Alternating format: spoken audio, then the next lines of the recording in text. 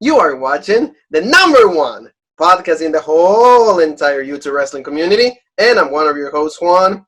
And I'm your other host, Jean-Paul Leek. And together we are... Rope Break! Break! Money, money, money, money. Everybody, money, money, money, money. Yep. The risk is worth. That's what the whole theme of the show was, Jean-Paul, and Yeah, the risk is worth the reward or whatever it was. Yeah. And it was one of those things where normally they beat that, political garbage into us for weeks on end. And since they didn't do it before tonight, I think we heard it, that phrase 7 times within the first 10 seconds of tonight's show. But Yes. But in the end, it wasn't a bad show. It was a little different, of course. At least, hey, we got to praise WWE when they need to be praised. And, they gave us a pay-per-view. For many people, the ones that don't like sports entertainment, then they're going to be really upset. Or, they can be really happy. But the ones that love professional wrestling, if you look at the Money in the Bank, that's not something that you're going to resource to. yeah. To, go and say, oh, this is professional wrestling. Sports entertainment, good. A little bit cinematic, like we mentioned yesterday in the previous predictions. But in the end, we have one legit winner, and that was completely unexpected. Yeah. Asuka, absolutely great. She deserves it. And really, I don't know when she's going to use it, but it's really cool to see that, she has it. Hopefully, she doesn't announce that she's going to use it. Like many people. Yeah, well, they did say on Monday Night Raw, Becky Lynch is supposed to, which to me almost spoiled the winner, because it's like Becky Lynch will, stare down whoever wins Money in the Bank. Well, what if a SmackDown woman won it? Was Becky Lynch going to stare them down? So that pretty much spoiled the winner, now that, you're actually really thinking about it. And, they decided to go with Asuka. Yes. And, I think Asuka, as many times as she's had her moment in the sun, she's, the right person to go with, because Shayna Baszler, they're just completely dead. They killed that. That was dead on arrival. And nobody wants to see Nia Jax. So. Yes. And we have the man of the hour, Mr. Otis. Oh, yeah. Oh, yeah. And then he did the Rocky thing, so that was really cool. Monday, I win it. I did it. So, legit stuff. So, thank you so very much for watching every single one of the videos. Thank you for the support on SmackDown review, Money in the Bank previews and predictions. And right here we are once again. We're going to cover every single little thing that happened on Money in the Bank 2020. Jean-Paul. The show starts with the pre-show, of course, 45 minutes. They had talking about previews, promos, and also they gave the top 10 moments of Money in the Bank. But we have a match. We thought we were going to have 2, but we actually ended up getting 1, and that was a returning Jeff Hardy going against Antonio Cesaro. So this match, Jean-Paul, I would say pretty much 50-50. Cesaro had a really great showing. Jeff Hardy had a really decent showing, because even at some point, I will tell you something. I was watching this in Spanish, and they give the Spanish announcers so much to talk to. They give him so much freedom, because he kept mentioning Matt Hardy. He kept mentioning Matt Hardy from the beginning of the match till the end. Oh, Jeff Hardy and Matt, they used to be the Hardy Boys. They won the titles 10 times. And Matt Hardy now, he's no longer with us, but blah, blah, blah, blah, blah. I'm in the English announcing team, they will not be able to even mention it. Well, yeah, I feel like it's probably because Vince and them, they don't even listen to the Spanish announce. They don't keep track of what they say, so it's That's legit, yeah. But see, in the end, Jeff Hardy gets the win. He, of course, there was no Sheamus interference. So that is something that we were actually hoping for. That didn't happen. Jeff Hardy gets a clean win, and then he goes with momentum to next Friday night SmackDown, and then I think that he's gonna finally address Sheamus, and the feud will be even more official than what it is as of now. Yeah. But the match, like I said to you, pretty interesting. Cesaro had really great spots, a big, really nice superplex, the uppercut. He went for the neutralizer. Jeff did a Jeff counter, and also Jeff went for the Whisper in the Wind, and then he did a Twist of Fate, and I think we can say Twist of Fate. But Jeff, in any point of the match, you know how Jeff always he takes the shirt off. He didn't do that in this one, maybe because there was no crowd.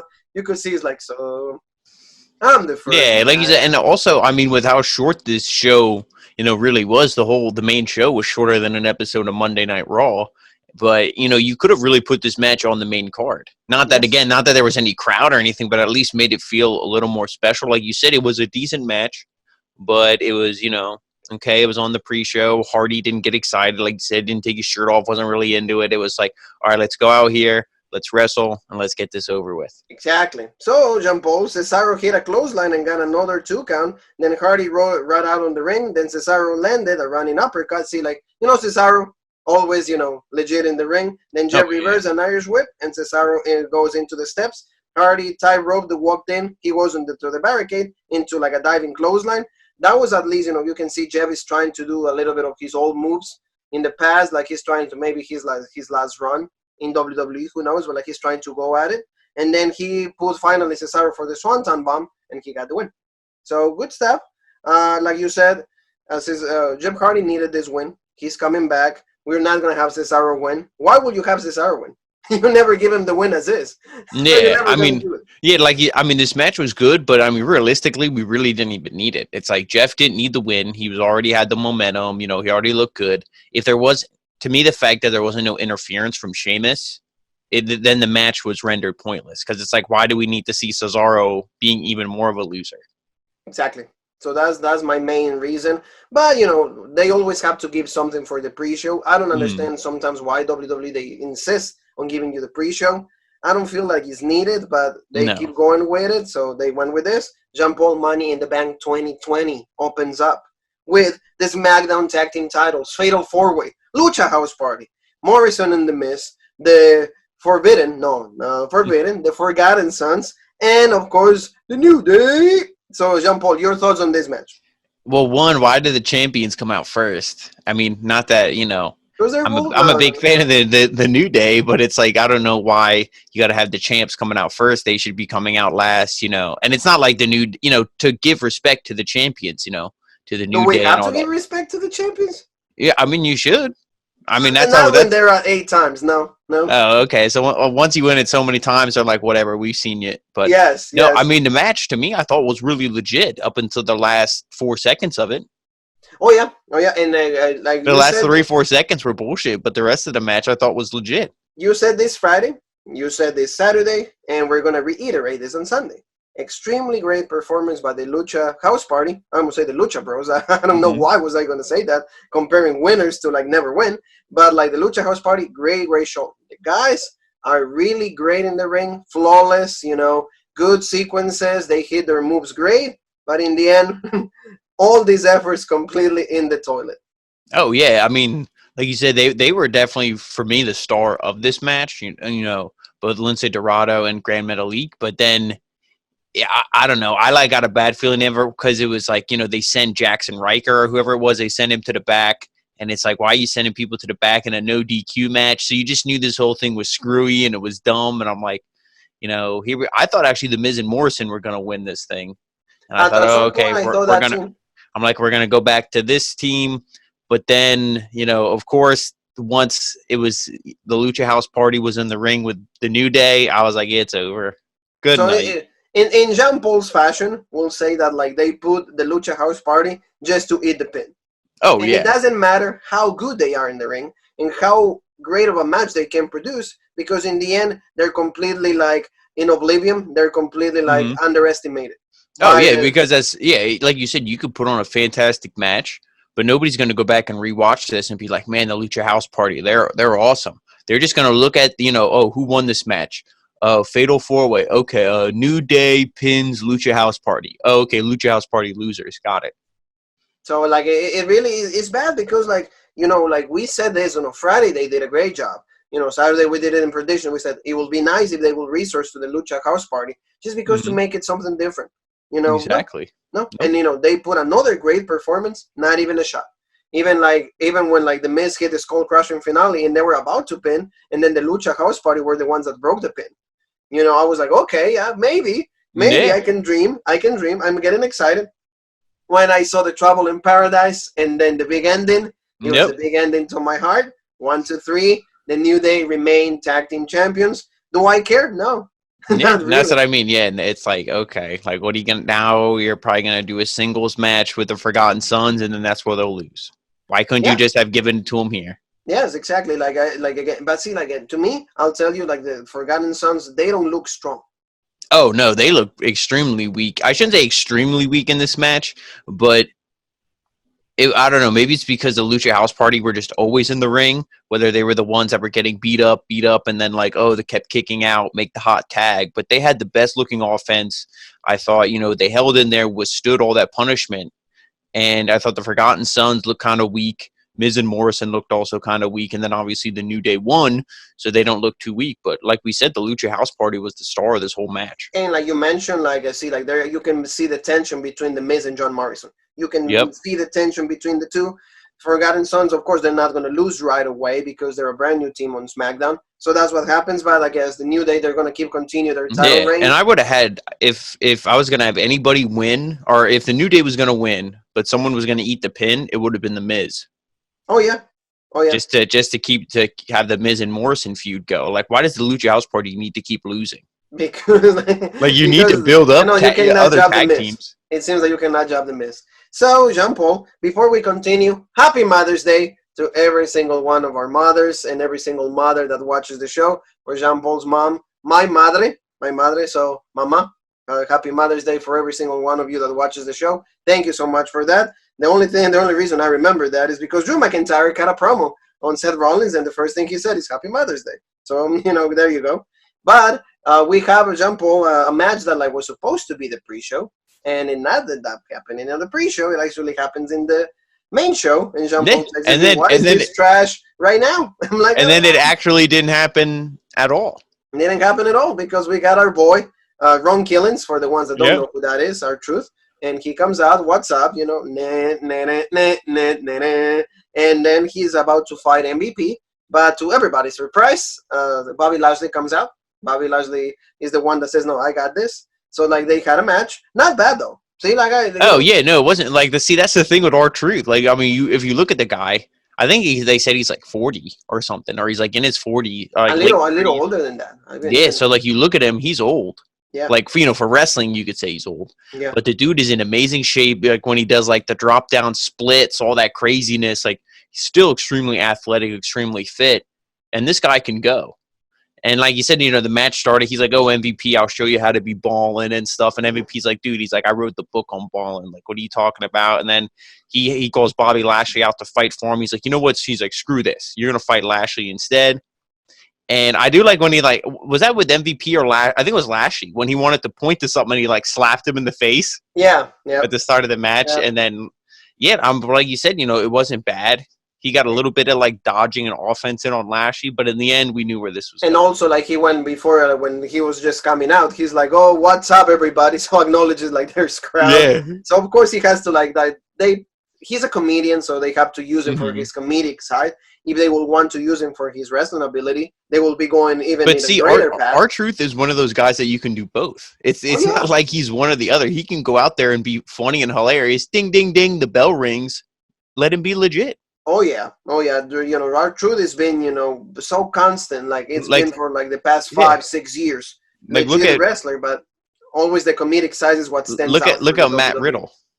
Oh yeah, Matt Riddle's funny. Ding, ding, ding. Boom, he's legit. The only difference is Riddle is young and R-Truth is old. So he's probably we don't have plans for him. It's but it's the same thing. It's not I'm sure if you put Matt Riddle and R-Truth in a match, I'm sure they could go. Oh yeah. It's not like R-Truth after 5 minutes would be like. But that's for people like us that we appreciate the professional wrestling aspect of it. But for people like the WWE officials that they appreciate the sports entertainment piece of it, they would rather stick with R-Truth doing this kind of favors or this kind of storylines. Exactly. So move him, one spear and done. Yep. That was it, and you keep building Bobby Lashley. Like you said, I'm really seeing either what you mentioned yesterday on previous and predictions, that Lashley could be potentially the next number one contender to McIntyre because he's getting a lot of wins, he's getting a lot of momentum, which in that will be bad. Because two mega powers, and it's not Hogan nor Savage, but it's two big guys. And, finally Lashley getting a shot of the and an easy way out for that to keep Lashley looking strong, too, is Lana could, again, come down to ringside, be screaming, cause him the distraction. He looks over at Lana, shut the hell up, Claymore kick and done. So I say that's what they should do. And I think that's the plan they're going. We'll see. But, I'm not, you're not far from the truth on that one. So, quick match. So, now we're going to go to the SmackDown side with the women's title match. Bayley going against Tamina. Kayla Braxton is interviewing Bayley and Sasha Banks. But then she asks Sasha, hey, how do you feel about the situation between you and your friend? And Bailey goes, oh, you're trying to cause things with us. You're trying to cause cracks in between our friendship. It's not going to happen. We're good. And let's go. So pretty much she dragged Sasha, and Sasha couldn't even talk. So like you said, Michael Cole becomes kind of like an instigator on commentary because he forgets about calling the match. He just focuses in the dynamic between Sasha Banks and Bailey. So that's pretty much what it is. But the match itself, not bad. See, like we said, Bailey's good, and she could carry Tamina to a little bit of a better match, I will say. What do you think, Jim? Oh, yeah, no, this match was definitely better than I thought. And like you said, I mean, it wasn't one that I'll definitely go back and watch again, but my expectations beforehand were definitely met and exceeded when watching it. And, a lot of good stuff going to the outside, like when she got the water bottle, and she like pretended to take little sips and then splashes it on Tamina's face. Lots of good stuff there. And like the good, when Sasha got involved, like the facial expressions, a lot of stuff. It could you could really slow the match down with a lot of those spots, but it also kept it interesting. I think. Oh yeah, so. Yeah, and So I mean, I didn't hate it, and the right person won. I mean, exactly. like a kind of like a crucifix roll up wasn't really the rose plant. So I guess it kind of keeps Tamina looking strong if you'd want to use her again in another 6 to 9 months, whenever you feel like taking her off the shelf. But I mean, hey, like I said, Bailey won, so I can't complain. Yeah, exactly. So there was this point that Tamina was about to win it because she did a super kick and she did a Samoan drop, but then Sasha was she was trying to distract and she caused the distraction, and like you said, then the roll up or the crucifix, and then 1, 2, 3, Bailey retains. We're all happy because Bailey did. We were not thinking that she was going to drop the title to Tamina, but like you said, Tamina looks strong, and that you still see the dynamic between Sasha and Bailey. They're still playing with that. They're still moving that along. Especially because when it was over, it was like, oh, okay, the ref is, they're like, ring the bell, give us the belt, give us the belt. The ref comes in the ring with the belt, and Sasha grabs it from her. Sasha grabs it.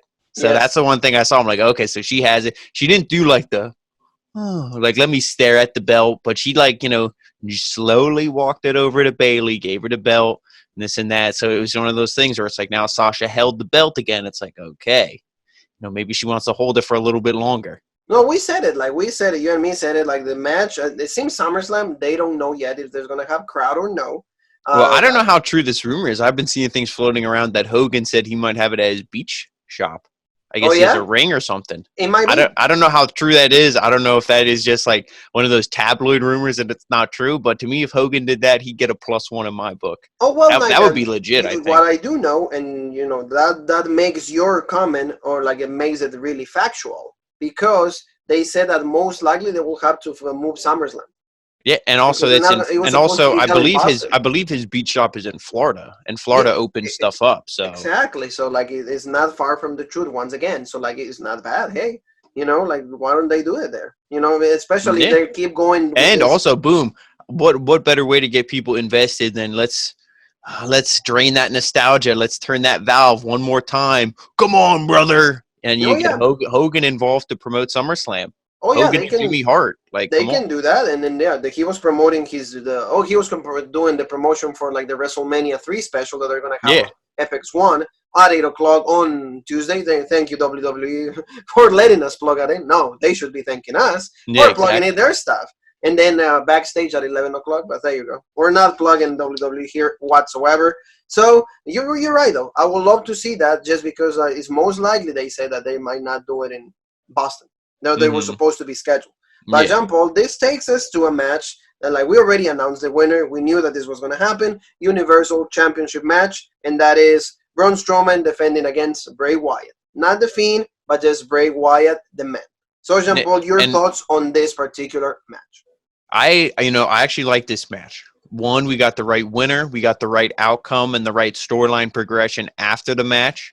I mean, if Bray Wyatt, the man, would have beaten Braun Strowman, not that I care if Braun Strowman is ever on TV again or if he's squashed or this or that, but I feel like if Braun Strowman, he's not a complete waste. If you change his character around, you make him heel, and you have him be with a manager or somebody like that, Braun Strowman could be a valuable asset. The way that he's being used and presented right now, he's more of a hurt, I feel, than a good, but I think like he had to win here just because you need to see the Fiend is the one who needs to beat Braun Strowman, because the Fiend is the one who needs to look strong, look powerful, and we kind of got the glimpse of that at the end. And I think Bray Wyatt also likes Braun Strowman because I feel like this match, they had pretty good chemistry. Yeah. You know, probably because they know each other. It wasn't like, oh, this match is awkward. Braun Strowman doesn't look like he knows what to do next. Like, oh, like, you know, like when we talked about with the Big Show, like, let me just stand there and because I don't know what to do. You know, I think like Bray was leading him, and it was a pretty good match. No, yeah, it was pretty good showing for both of them. They had, like you said, the main thing is what chemistry. They know each other from the days of NXT. Who was the guy that brought Braun Strowman into the WWE main roster? Is Bray Wyatt. He knows what, like, the guy that like he started with and the guy that he's become. So like it was a pretty good show for both, and they played the storyline that we mentioned. Also, like at some point he hit Sister Abigail on Braun Strowman. Of course, he kicked out. So like I thought, like, oh my gosh, if this is the end, Braun is done. But like, of course, he kicks out, and then he actually puts the black sheep. He put the mask on. It was like, so Bray is like thinking, oh, he joined the family, the Road Break family. Yeah, I like when Braun, he did like the Bray pose, like he fell down on his knees and spread his arms out, and then Bray did the same thing, and they like hugged in the ring and stuff. So that was like a really cool moment. But I mean, you knew Braun was going to turn. Yeah. This is pretty much John Moxley with joining the Inner Circle. That's what it was. It's like you knew at some point it was boom. But even like the friends from like the Firefly Funhouse that were there, you know, Huskis, the pig, the bitch and Huskis, everybody was there and like, oh, they were all like that, But even Bray's like, okay, cool, he finally joined, but nope, boom, turn, spin it off, and then like the running power slam, 1, 2, 3, and Braun Strowman is still the Universal Champion. We said it yesterday. This is just the beginning. Even he said, this is the beginning, it's not the end. We're going to keep dragging this situation all the way up to SummerSlam. Yep, so, and that's where we're going to get the Fiend. You know, he made his debut at SummerSlam. Now we're going to see him. He's going to get back his championship. Absolutely right, Mr. Laek. Absolutely right. But so far, not bad. No, they're not bad. Our predictions, we're only wrong with the New Day because we said Forgotten Sons. But now we're going to go to the WWE title, WWE Championship match. Drew McIntyre defending against Seth Rollins. Seth Rollins and Paul debuted a new theme song. What are your thoughts on that? Yeah, I mean, it wasn't bad. Like, I mean, it's definitely better than like the Burn It Down and this and that. But I mean, we'll see. Like, I mean, I don't mind. I mean, obviously, I didn't pop for it as much as like Johnny Gargano's new theme, but it's not bad. That's what I was gonna say. You stole them. I was gonna say if you would have given Seth Rollins the theme or the one that Gargano has right now, it would have been a lot more impactful. Oh, yeah. But for me, the theme is not impactful at all. Yeah. I would much rather would have went like, Burn It Down, whatever. I'm just used to it, so okay. Oh, yeah, that's what I mean. Because with that, it's just like, okay. And also because, like, think about this. How long can you run this new gimmick of Messiah, like, till it runs off? How long can you run? Yeah, especially with him losing. And like that, to me, that gimmick only works if you win.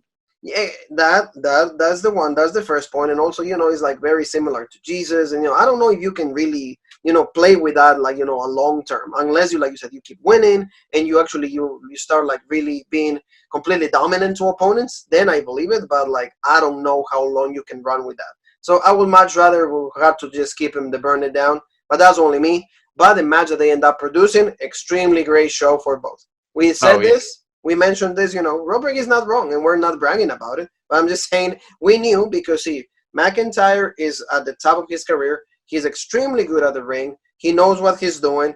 And Seth Rollins, like, when we criticize Seth Rollins, the one thing that is never mentioned is, like, his wrestling ability.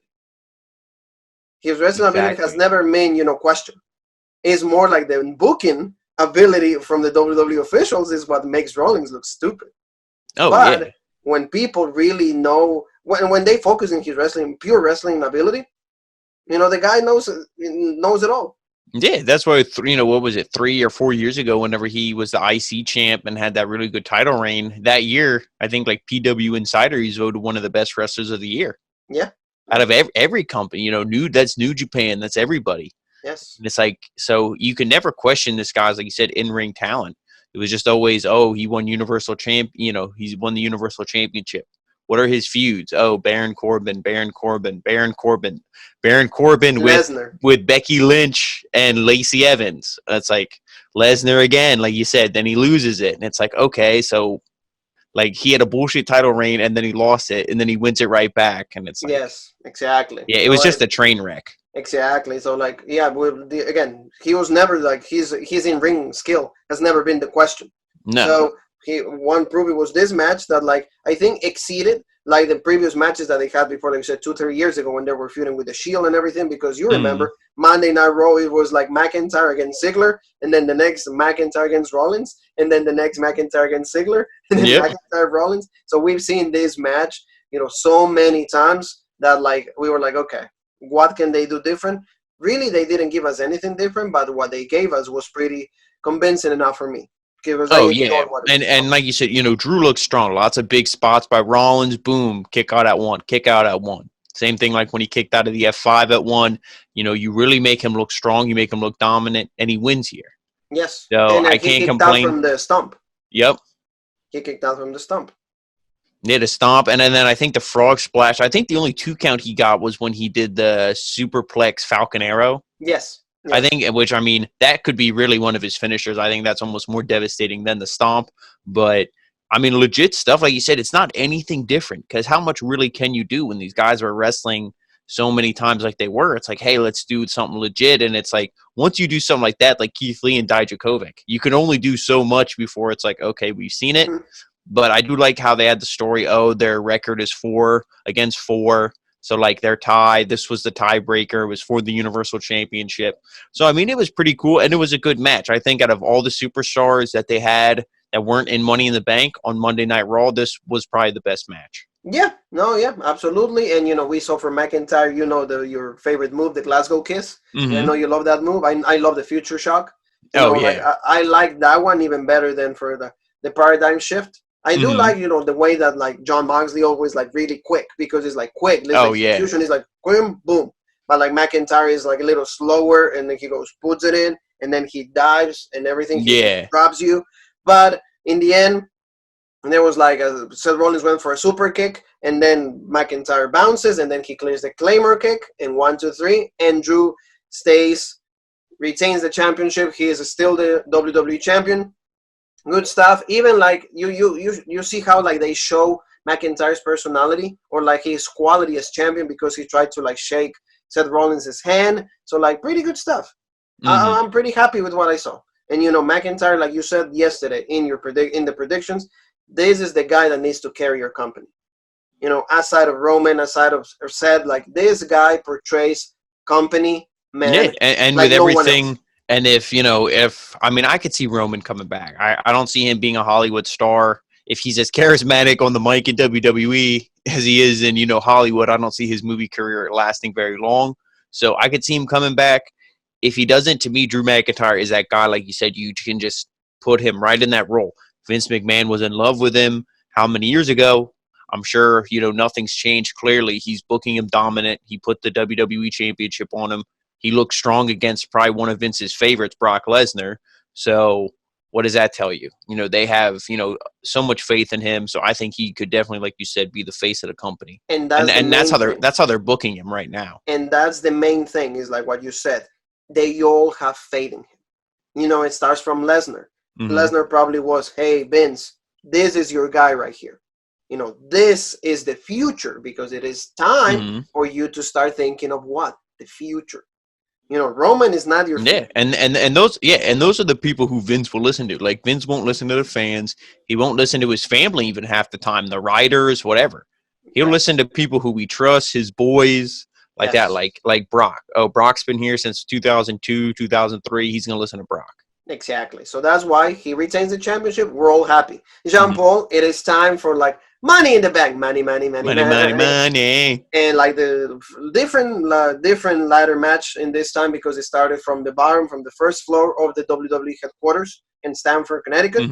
And like different, cinematic, like what we will say, like very not a traditional Money in the Bank ladder match. It both like the No. men's and the women, they started like on the way down, and they were all like showing up from different sides of the building.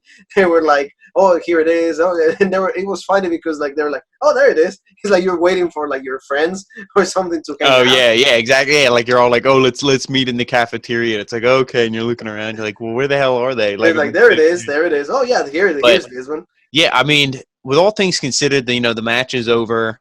It wasn't one of those things where I was watching it that I was disgusted, that I felt insulted. I wasn't, like, oh, my pro wrestling is being ruined.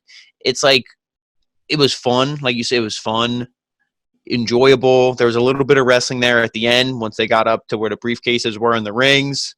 We saw some funny moments. I think two of my favorite wrestlers are now dead, so that's a shame. But I don't know. Like, I feel if there was crowds and there wasn't no, virus and anything, I feel this would have been a traditional wrestling match. I don't think that these cinematic matches would really be as prevalent and as, used as often as they are if there was crowds. Oh yeah, no. It was one of those things where it's like, hey, why don't we do this to make it more enjoyable for the people watching instead of like, because they probably did hear, complaints. Some people said they can't get into the empty crowds. Like we said, we feel the empty crowds affect some of AEW. That's why AEW's last episode was so good, because they had a lot more of the wrestlers in the crowd, and it really, made things feel a lot better. So maybe they thought they would do that, but I don't know. I didn't hate this match. I would have rather seen a legit wrestling match, but I didn't hate this though. No. Like you said, these situations happen based on what? The need. You don't have, you cannot hold your show in a traditional fashion. So what do you have to do? You have to resource. You have to try different things. And again, many people are going to like it. Many people are going to hate it, because that's the nature of trying new things. Yeah. That's the nature when you go for something. And, the beauty of it is like, hey, next year, we hope that like things are back to normal. You won't have this, you won't have this situation, but you can always say that like on 2020, you did something different. And they tried. And like I said, I don't really mind these cinematic matches busting them out again. And if we do get the Sting versus Undertaker, and hopefully it's not in Saudi Arabia, because then you can't do it. But I mean, I'd like to see that match be cinematic.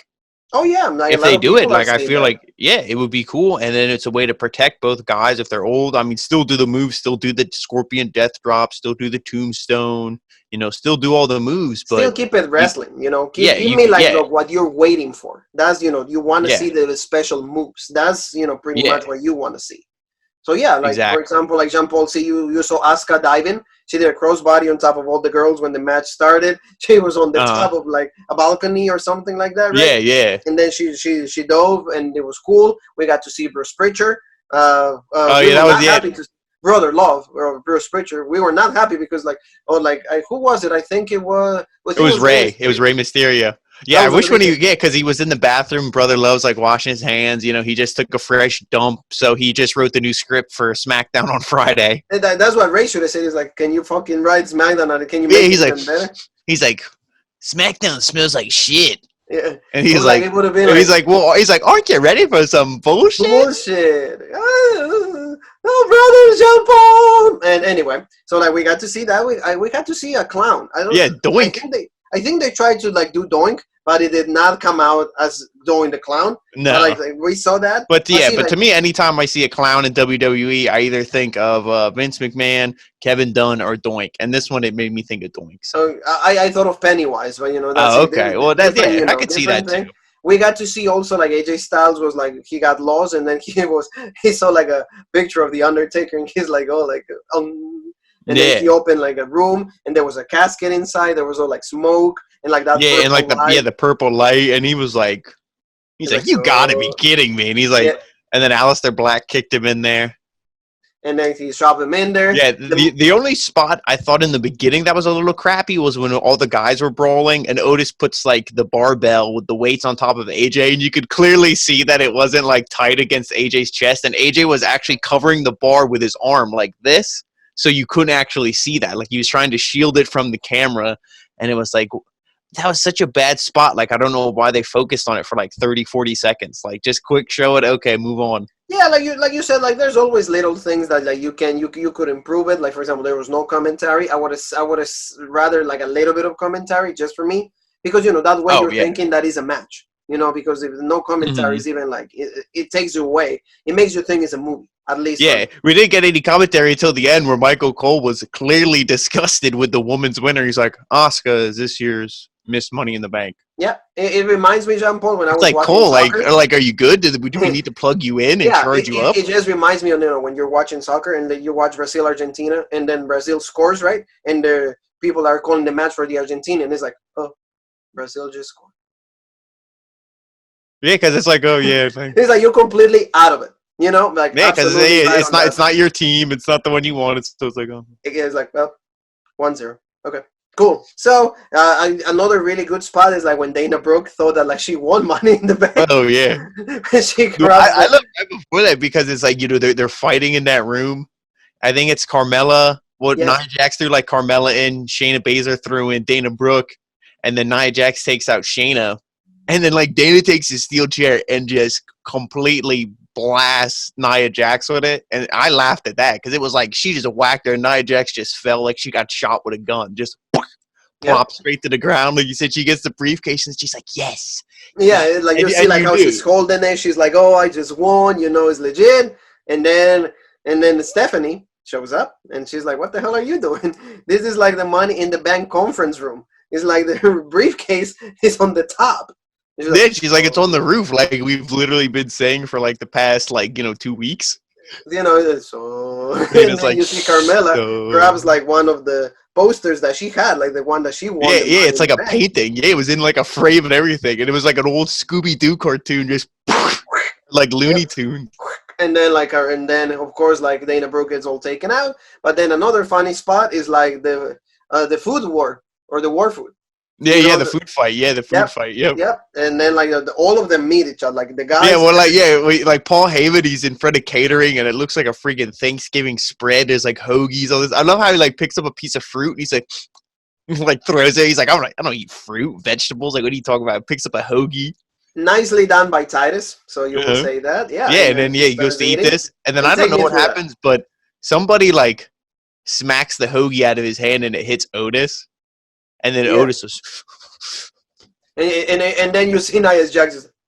Yeah, and then it's like, food fight! And he picks up this giant plate of, like, rice or something. Completely, like, pie faces Heyman. Heyman's done, and then all hell breaks loose. I mean, it was one of those things where, like, I guess this is I feel like a big moment where it's like, it'll either lose a lot of people or a lot of people will be like, okay, this is funny. For me...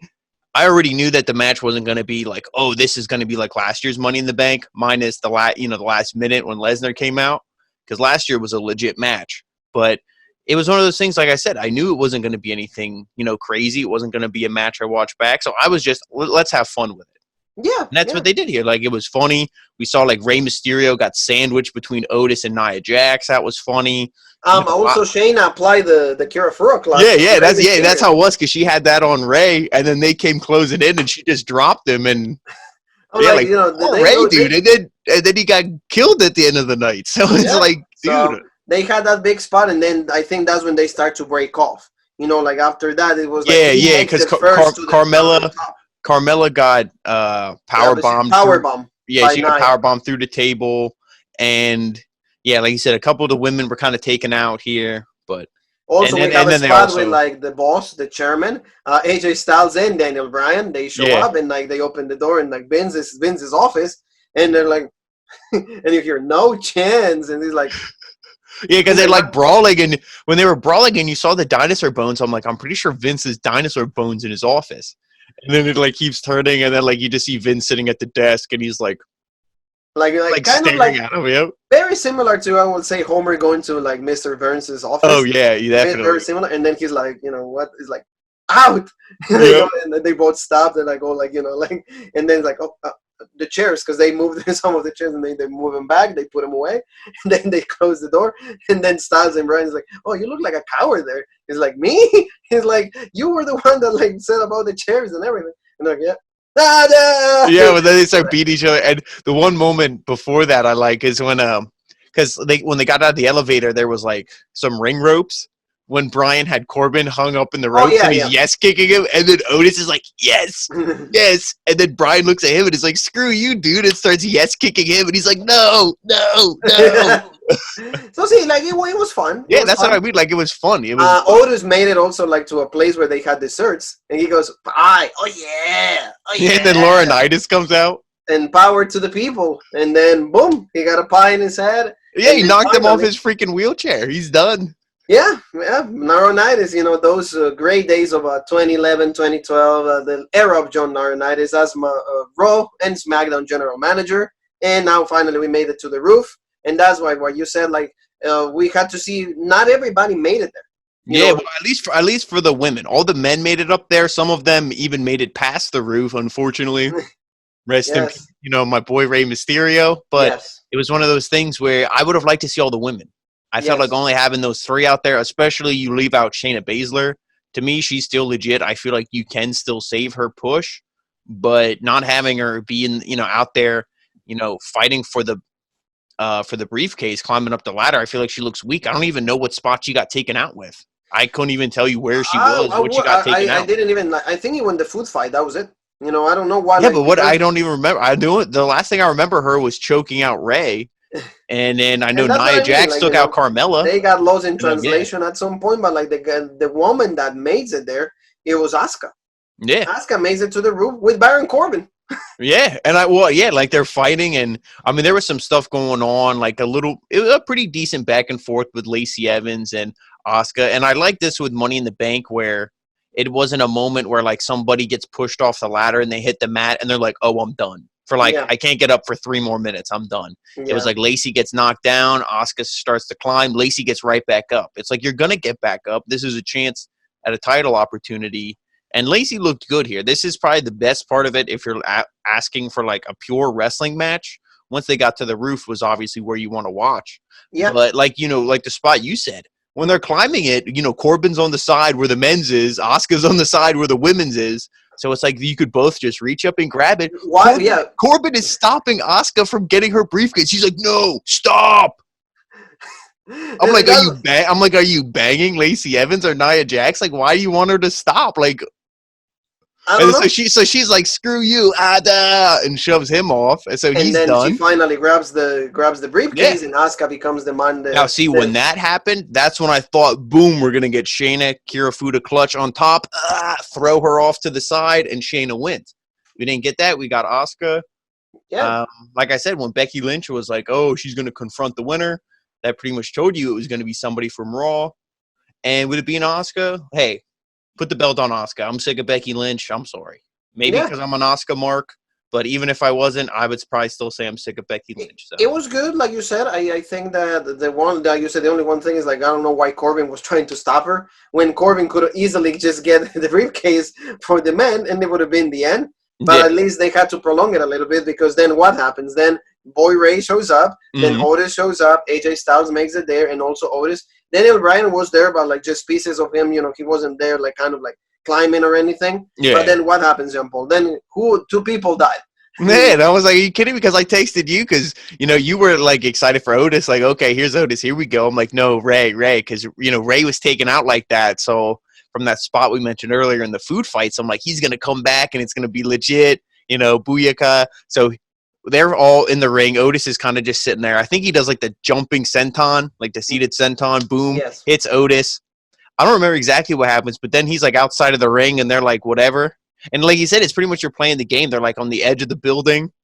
He grabs freaking Ray Corbin. He looks at the thing and he's like, and he kills him. He's dead. And then you hear, whoa.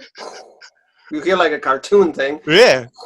And then Aleister Black got the same treatment. He got chucked off the edge too. And I'm like, and then I know Aleister Black raises up in the freaking, in the thing. From the dead, what's Ray? I was waiting for him to be like his old entrance where he comes jumping right back up and is like, nope, not this time. Yeah, and so also, they were like, done. AJ Styles is the one that like actually unhooks the briefcase. Yeah, because him and Corbin are up there and they're all like, I'm like, oh, is this Bret Hart, Lex Luger? Like, is it going to be one of these bullshits? And like I said to you before we went on, I thought this was maybe going to be something where they both pull it down and it's like, oh, they have to kind of fight, to have a match to see who's going to be the actual men's Money in the Bank winner. And then that would be a way to maybe just move AJ to SmackDown. SmackDown could use AJ because, one, when he was on SmackDown, it was the house that AJ Styles built. And two, they need a good heel. Yeah. They need, somebody else. And AJ's a guy, too, where if the landscape changes, you could easily make AJ a face and the fans would be up behind him because he's a good face as well. Yes. So, yes. And he doesn't have the OC anymore, so there's not really a reason for you to be heel. Yeah, so I thought they were making do something like that. Instead, they were playing like hot potato.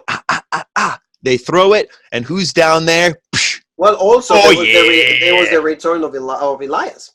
Oh, yeah, that's right. I forgot that little. Shoving the guitar on Baron Corbin, and that's why he goes like that. And then Otis just catches it, and oh yeah, and Mandy, you have to excuse me for forgetting the shit stain known as Elias. Mandy, I did it. So good stuff, and the Rocky, like you said, Rocky Balboa, Mandy. Of course, you gotta research to Rocky Balboa. Why not? That's my favorite movie of all time. There's no better movie than the Italian stallion Rocky Balboa. So we get like I said, a guy that we didn't even think he was gonna win it. We mentioned actually in the preview, we said there's no way that he's going to win. Yeah, because we thought there's going to be interference with Dolph Ziggler. Now, there wasn't, but I was going to say now I want to hear what your predictions are for where do you think these guys are and women they're going to cash in? Do you think they're going to be successful? How do you think they're going to do it? But what I said to you, I think that he's going to hold on it until there's a heel as champion. And then maybe The Fiend. I don't know if he's going to dethrone The Fiend, but I think he is going to try to cash it, and he probably will be successful if and only if they want to keep focusing on how hyped and the momentum of Otis. But if they don't want to do that, then just they're going to do a stupid fashion like they did with Damien Sandow, like they did with Strowman, like they did with so many others, with Mr. Kennedy. They're going to drop it to somebody else, and that might be Ziggler, or that might be another top babyface. Yeah, that's what I mean. It's hard to say. I don't see him cashing in and beating The Fiend, especially pinning The Fiend. I mean, maybe something. But see, The Fiend is too legit of a character to be beaten by something that's funny. I mean, yeah, he lost to Goldberg in a very short amount of time, but Goldberg was always presented legit. It wasn't like Goldberg's out there rubbing his belly going, oh, yeah. Now, that's still more over than Goldberg is right now, you could say. But, it's not a serious character. So it's hard to say with him. I could see Ziggler screwing him over in a cash-in, which, would be unfortunate. And, again, I don't like when the Money in the Bank is wasted, especially because that storyline's still going on. But it's really hard for me to see him successfully cashing in. But with Asuka's kind of the same way, but I feel like I could see Asuka being the champion a little more, especially if Charlotte eventually loses it, because then you can put the belt right from Asuka to Charlotte. No, Asuka, definitely Asuka will cash in, and she will be successful at it. She will be women's champion because that's the title that she's never held. Because she was SmackDown, she was NXT, so that's the title that she's never held. And she was so then if she does win, she would be the second Grand Slam. Yep, exactly right. So that's why they want. That's why they want my two women are the only Grand Slam. Yeah, that's why. So this pretty much sums it up. A pretty good Money in the Bank, I will say.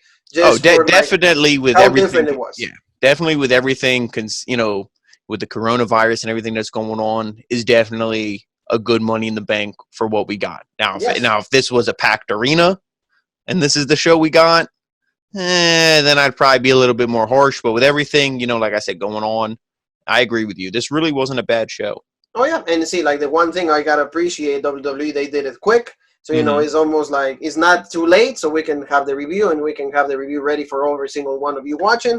So, thank you so very much for doing so. And also, don't forget to subscribe, hit that bell for all the notifications every single day. We have videos, we have memes, we have every single thing on our social media pages. And like I said, videos, we have interviews, we have reviews of every single show. When there's another great Pro Wrestling Crate, Jean-Paul has that. So we have a lot of things, and we have even more stuff coming out for you guys. So thank you for giving Rope Break a chance in your hearts and in your families. So Jean-Paul, where they can find us on social media then? Facebook, the Original Rope Break. Instagram, same thing, the Original Rope Break. Twitter, we have the OG Rope Break. And YouTube, Yep, that's right. For the number one podcast in the entire YouTube wrestling community, meat you and already the know the original rope break right here on YouTube. Thank you so very much, family. Again, happy Mother's Day for everybody that is a mom, and for the mamacitas also. So, you know, Jean Paul, there's only one more thing that you and me are allowed to say, and that is...